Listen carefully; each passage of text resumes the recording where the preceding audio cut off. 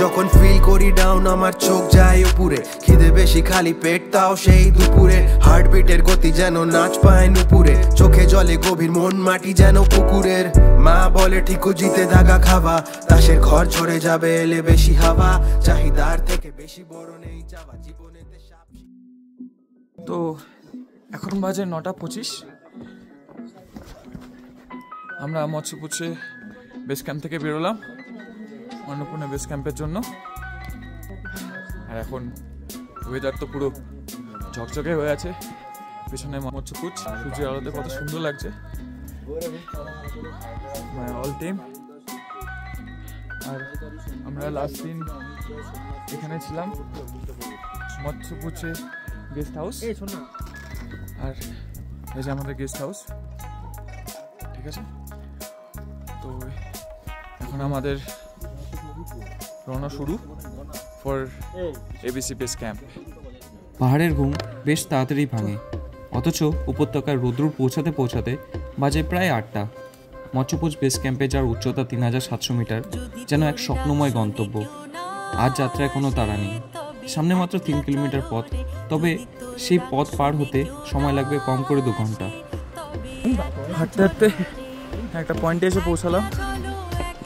View দেখুন, অদ্ভুত, mesmerising.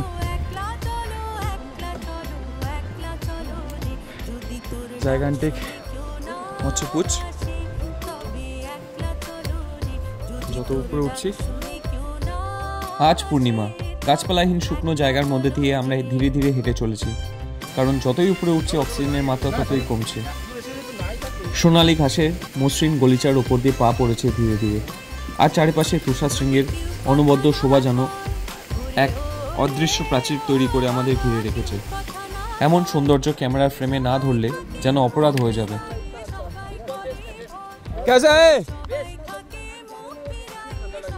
कैसा लगा? अरे हम लोग तो जाके आगे, आप लोग क्या कर रहे हैं? हम लोग तो जाके आगे। हम लोग अभी जा रहे हैं। तो कॉल कहाँ रुके आप लोग? नीचे माचा पूछ रहे? अरे एबीसी आ जाते ना, हम लोग तो यहीं पे थे, हम लोग कॉल यहाँ से यहीं थे। चले आप लोग यहाँ आराम से मिलते हैं फिर। चलिए चलिए मिलते हैं, कांटेक्ट करते रहेंगे। बाय बाय, कमेंट करेंगे, रिप्लाई करिए एकदम। तुम्हारे चैनल का नाम बोल दो। हाँ क्या बोलते हैं, क्या था ओए? Sagar Sagar royal blog, Sagar Roy blog. Sagar royal blog. Thank you. Bye bye bye bye. Hi, कैसे आप? ठीक था? कैसा था? एकदम फर्स्ट क्लास। हाँ, चलो हैप्पी जर्नी। Thank you. পাহাড়ের ঢালু পথে হাঁটতে হাঁটতে সোনালি ঘাসের বিস্তৃত প্রান্তর পেরিয়েছিলাম আমরা। রোদ পড়লে সেই ঘাস যেন সোনার মতো ঝলমল করছিল, আর পথে ছড়িয়ে থাকা এই বড় বড় পাথরের বোল্ডার যেন এই প্রাকৃতিক সৌন্দর্যের এক অনন্য অংশ হয়ে উঠেছিল। প্রতিটি পাথর, প্রতিটি বাঁক যেন নতুন কোনো গল্প বলছিল। এই যাত্রা কেবল পাহাড় নয়, মনে বেঁধে গেছে অনেক স্মৃতি। আমরা এতক্ষণ হেঁটে একদম নিচে মৎস্যপুচ্ছ বেস ক্যাম্প ছেড়ে আসলাম। এবার থেকে ভ্যালি স্টার্ট অন্নপূর্ণা বেস ক্যাম্পের।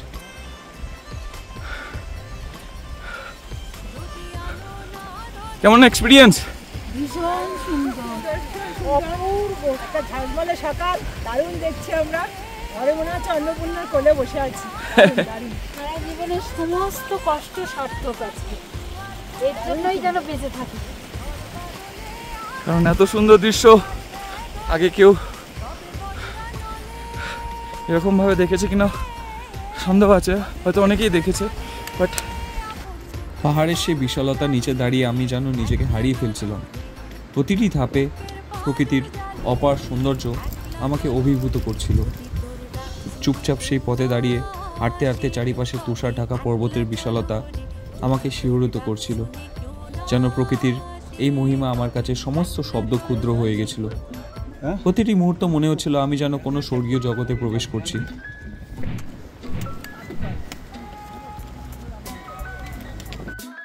এই 3 দিনের কষ্ট, তারপর এত সুন্দর ভ্যালি দেখে সব কষ্ট দূর হয়ে যাবে। লাইফে একবার এবিসি আসা উচিত, সে যতই কষ্ট হোক।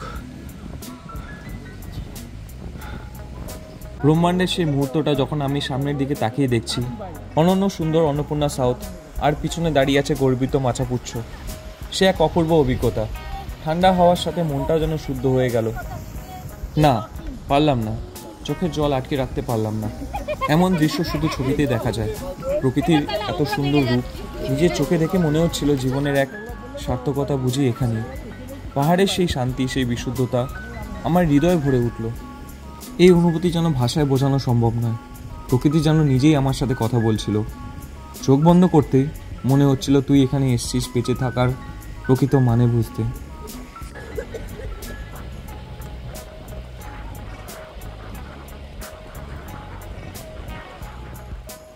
এমবিসি থেকে এবিসি যাওয়ার পথে আপনি বিভিন্ন বিশাল এবং মনোমুগ্ধকর পাহাড়ে দর্শন পাবেন। এই ট্রেকের রুটটি নেপালের অন্নপূর্ণা রেঞ্জের অসাধারণ শৃঙ্গগুলো এক বিশাল প্যানোরামিক দৃশ্য উপস্থাপনা করে।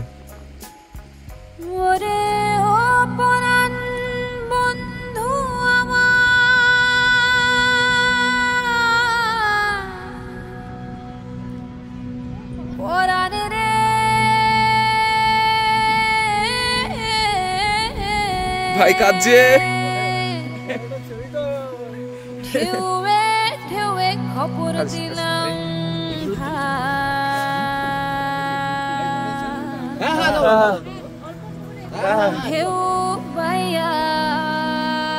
কাজের চাপে ব্যস্ত জীবন ছেড়ে অফিসের 4 দেওয়াল পেরিয়ে শুধুমাত্র এই অনন্য দৃশ্যের সাক্ষী হতে অন্নপূর্ণা বেস ক্যাম্পের পথ ধরে এগিয়ে যাওয়ার সিদ্ধান্ত যেন জীবনের সেরা উপহার হয়ে উঠেছিল। আমার বন্ধু, যে সাধারণত নিজের আবেগ প্রকাশ করে না, তার চোখের জল দেখেই বুঝেছিলাম এই প্রকৃতির সৌন্দর্যের গভীর প্রভাব। আর কিছু দূর অন্নপূর্ণা বেস ক্যাম্পে টি হাউস দেখা যাচ্ছিল। এই ভ্যালির মধ্যে থেকে হাঁটার এক্সপিরিয়েন্স কেমন? অসাধারণ, ফাটাফাটি, কোনো কথা হবে না। অসাধারণ ফাটাফাটি জমে কি পারফরম্যান্স চলছে। দেখতে পাচ্ছেন পুরো পরিষ্কার ভ্যালি, চারদিকে গোল্ডেন ঘাস, আর ওই মাথা দেখা যাচ্ছে ABC base camp.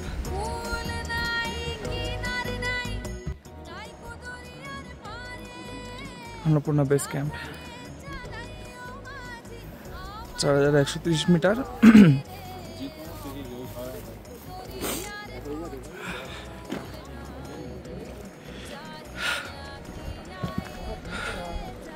Finally we reached. 15ই অক্টোবর। কতগুলো কঠিন আর ক্লান্তিকর ওঠার দিন পেরিয়ে ঠিক 12টা 15 মিনিটে আমরা পৌঁছে গেলাম অন্নপূর্ণা বেস ক্যাম্পের সেই বিখ্যাত নমস্তে বোর্ডের সামনে। So finally Annapurna Base Camp.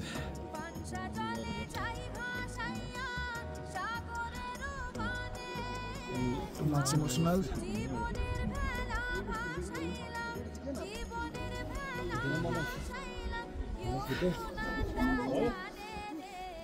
অকুল দরিয়ার বুঝি কুল নাই রে, চাহে আধি আয়ে রে, চাহে মেঘা ছায়ে রে, অকুল দরিয়ার বুঝি কুল নাই রে।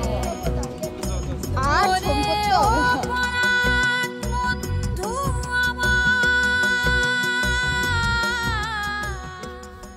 অন্নপূর্ণা বেস ক্যাম্প, ওটা আমাদের টেন্ট, আর এদিকে হলো ভিউ পয়েন্ট, অন্নপূর্ণা বেস ক্যাম্পের ভিউ পয়েন্ট। আর এখান থেকে সোজা অন্নপূর্ণা রেঞ্জ দেখা যাবে এখান থেকে পুরোটাই, বাট কুয়াশায় মেঘে এখন ঢেকে গেছে, তাই এখন সেরকমভাবে ভিজিবল নেই কোনো পিকই। সকালবেলা থেকে পুরোটাই ওপেন ছিল, দারুণ লাগছিল। ভিডিও নিয়েছি আমি আগেই, দেখেছেন হয়তো। তো আমরা এখন আছি এখানে। একটা ভালো জিনিস আছে এখানে, আপনি চার্জিং, ওয়াইফাই সমস্ত হোমস্টেতেই পেয়ে যাবেন। আমরা যখন বেস ক্যাম্পে পৌঁছালাম তখন আবহাওয়ার রূপ যেন একেবারে বদলে গিয়েছিল। চারিদিক ঘিরে ছিল ঘন কুয়াশার চাদর। সন্ধ্যের আলো ম্লান হয়ে এলেও কিন্তু কুয়াশা কমার কোনো লক্ষণ নেই। আমরা ঠিক করলাম ধৈর্য ধরে অপেক্ষা করব। হয়তো রাতে নয়তো ভোরের প্রথম আলোয় প্রকৃতি তার আড়াল সরিয়ে সে কাঙ্ক্ষিত সৌন্দর্যের দরজা খুলে দেবে। চোখের সামনে পাহাড়গুলো অদৃশ্য হয়ে গেছিল আর আমাদের অপেক্ষার পরীক্ষা শুরু হলো। সেই অপেক্ষার মুহূর্তগুলো ভীষণ অদ্ভুত। একদিকে অধীরতা, অন্যদিকে প্রকৃতির প্রতি ভরসা। পাহাড়ের মাঝখানে দাঁড়িয়ে আমরা অনুভব করছিলাম সময়ের ধীর গতি আর মন থেকে একটাই প্রার্থনা করছিলাম আবহাওয়া যেন আমাদের স্বপ্ন পূরণের সুযোগ দেয়। আমাদের লাঞ্চে আজকে আছে ডাল, আলুর তরকারি, আলু সবজি, পাঁপড়। সবাই খেতে বসেছে। দুপুরে সুস্বাদু খাবারের পর আমরা সবাই মিলে ব্যস্ত হয়ে পড়েছিলাম বিভিন্ন মজার কাজে। কেউ কার্ড খেলছিল, কেউ গল্পে মশগুল, কেউ আবার প্রকৃতির সৌন্দর্যকে ক্যামেরায় বন্দি করছিল। সময় যেন পাখির ডানার উপর ভর করে উড়ে যাচ্ছিল আর ঠান্ডার প্রকোপও ধীরে ধীরে বাড়ছিল। বিশ্বের বিভিন্ন প্রান্ত থেকে আসা মানুষজনের মধ্যে আমরা ছিলাম 26 জনের একটি দল। প্রথমে অচেনা হলেও সময়ের সঙ্গে সঙ্গে আমরা যেন এক অজানা পরিবারের মতো হয়ে উঠেছিলাম। রাতে খাবারের জন্য আমরা সবাই মিলে চিজ আর টুনা ফিশ পিৎজা অর্ডার করেছিলাম। এই উচ্চতায় এই খাবারটি পাওয়া সত্যিই বিস্ময়কর। বেস ক্যাম্পে সে পূর্ণিমার রাত অবিস্মরণীয় হয়ে থাকবে। অন্নপূর্ণা, অন্নপূর্ণা সাউথ, অন্নপূর্ণা ফ্যাঙ্ক, মাছা পুচড়ে যেন চাঁদের আলো চকচক করছে। অন্নপূর্ণা বেস ক্যাম্প ট্রেক করতে গেলে সকালের সেই মুহূর্তটা যেন জীবনের একটা আলাদা অধ্যায়। ভোরবেলা যখন সূর্যের প্রথম আলো পাহাড়ের চূড়ায় পড়ে তখন যা দেখা যায় তা ভাষায় বোঝানো যায় না। সামনেই অন্নপূর্ণা আর অন্নপূর্ণা সাউথ যেন আকাশ ছোঁয়ার চেষ্টা করছে। তার ঠিক পাশে হিমচূড়ার মতো দাঁড়িয়ে আছে হিমচুলি। ডান দিকে মৎস্যপুচ্ছ, যা চূড়াটা মাছের লেজের মতো। নেপালি ভাষা যাকে বলে ফিশটেল মাউন্টেন। পাহাড়ের এই গভীর নিস্তব্ধতাকে ভেঙে দূরে শোনা গেল তুষার ধসের গর্জন। সেখানে দাঁড়িয়ে আমার মনে হচ্ছিল আমি কোনো গভীর স্বপ্ন দেখছি নয় তো। এদিক ওদিক থেকে গঙ্গাপূর্ণা আর বরাহ শিখরের মতো চূড়াগুলো যখন নজর কাড়ে পুরো বেস ক্যাম্পটাই যেন মনে হয় এক বিশাল প্রাকৃতিক amphi theatre. Good morning from Annapurna base camp. দেখতে পাচ্ছেন সকালবেলার ওয়েদার। এটা অসাধারণ দৃশ্য, অসাধারণ দৃশ্য।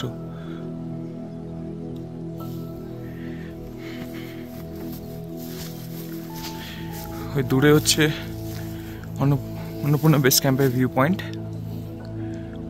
আর পেছনে দেখুন গঙ্গাপূর্ণা আর মৎস্যপুচ্ছ। আর মৎস্যপুচ্ছের গা থেকে হয়তো দেখতে পাচ্ছেন কিনা জানি না, কি সুন্দর সূর্যের আলো যেন ছিটকে পড়ছে সোজা লাইন হয়ে। দারুণ অসাধারণ দৃশ্য, পুরো মন মুগ্ধ করে দেওয়ার মতো দৃশ্য।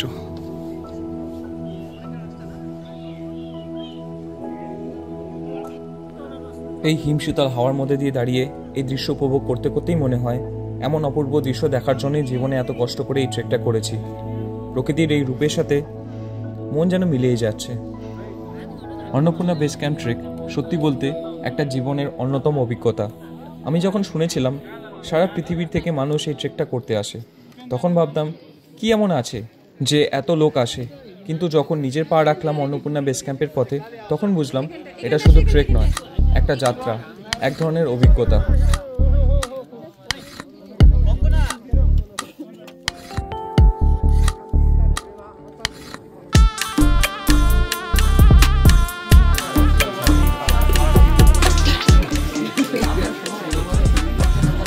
এখন আমাদের ব্রেকফাস্ট চলছে, ব্রেকফাস্ট করেই আমরা বেরোবো বাম্বু। আজকে ডেস্টিনেশন বাম্বু, তো আজকে ডেস্টিনেশন আমাদের বাম্বু। আর পথে আমরা কোথায় লাঞ্চ করবো? হিমালয়াতে। তো পথে আমরা লাঞ্চ করবো হিমালয়াতে। মর্নিং গাইস, তো আমরা এখন বেরিয়ে পড়েছি অন্নপূর্ণা বেস ক্যাম্প থেকে। সকালবেলা ব্রেকফাস্ট করে এখন বাজে 8:30। আমাদের নেক্সট ডেস্টিনেশন উঠবি বাম্বু। মাঝে আমরা ব্রেকফাস্ট আর চায়ের জন্য দাঁড়াবো। কোথায় যেন দাঁড়াচ্ছি আমরা মাঝখানে? হিমালয়াতে দাঁড়াবো আমরা। তারপরে আমরা বাম্বুর জন্য পাড়ি দেবো। আজকের দিনের ডেস্টিনেশন হলো আমাদের বাম্বু। সকালবেলা সব দর্শকের ভিড়, কেউ শাড়ি পরে, দূরে কেউ স্যান্ডো গেঞ্জি পরে, বিভিন্ন ধরনের লোক, বিভিন্ন দেশের লোক সব ফটো তোলার জন্য ব্যস্ত। কোথায় খালিঘাট? সকালবেলা ফেরার সময় আমি চেষ্টা করছিলাম অন্নপূর্ণা বেস ক্যাম্পের নমস্ত বোর্ডের সঙ্গে একটি ভালো ছবি তুলতে, কিন্তু দেখো এত মানুষ ছিল যে কিছুতেই পারলাম না। অর্ধেক টিম তো আমার আগেই চলে গেছে, আর আমি শুধু একা দাঁড়িয়ে শুধু ছবি তোলার চেষ্টা করছি, কিন্তু সবাই এত ব্যস্ত, কেউই থামছে না। আর আমি একা দাঁড়িয়ে ছবির জন্য ছটফট করছি। মাঝে মাঝে ভাবছিলাম, আরে সবাই যখন চলে যাবে তখন হয়তো ছবিটা তুলতে পারবো। না, আর হলো না, এবারেরটা আর হলো না, পরে এবার আবার হোক।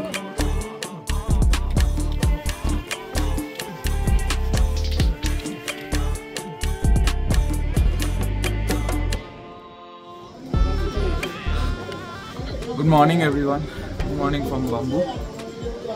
তো কালকে আমরা রাত্রিবেলা বাম্বুতে এসে পৌঁছেছি। পাচ্ছেন না বাম্বুর ওয়েদার সকালবেলা থেকেই মেঘলা হয়ে আছে, বৃষ্টি। তো কালকে আমরা এবিসি থেকে বেরিয়েছি 9:15-তে, আর বাম্বুতে এসে পৌঁছালাম 4:10 নাগাদ। এতটাই বৃষ্টি পড়ছিল যে আর ভিডিও করতে পারিনি। তো আমরা বাম্বু থেকে বেরিয়ে এখন চুমরংয়ে যাব। চুমরং থেকে তারপর আমাদের পরের দিনের ডেস্টিনেশন পোখরা থেকে সেদিনই আমাদের ট্রেন আছে, বাসে করে পোখরা পৌঁছাতে হবে। পোখরা থেকে তারপরের দিন আমাদের ট্রেন, মানে 19 তারিখে আমাদের ট্রেন আছে, 2 তারিখ বাড়ি। So this is guys, thank you for watching. তো এই ছিল অন্নপূর্ণা বেস ক্যাম্পের ট্রেকের যাত্রা। এটা ছিল একেবারে এক্সট্রিম ভাগা কষ্টের মতো, কিন্তু শেষে পৌঁছে যে শান্তি আর সৌন্দর্য পেলাম সেটা ভাষায় বলাও সম্ভব নয়। পুরো জার্নিটাই ছিল একটি মিশ্র অনুভূতি। থাকছে কষ্ট, কিন্তু ওই কষ্টের মধ্যে একটি অবিশ্বাস্য আনন্দও ছিল। যদি ভিডিওটা ভালো লেগে থাকে তাহলে লাইক, শেয়ার আর সাবস্ক্রাইব করতে একদমই ভুলবেন না। আপনাদের মতামত আমার জন্য খুবই গুরুত্বপূর্ণ, তাই কমেন্টেও জানাতে ভুলবেন না। আপনাদের সাপোর্টই আমার অনুপ্রেরণা। Bye bye ABC.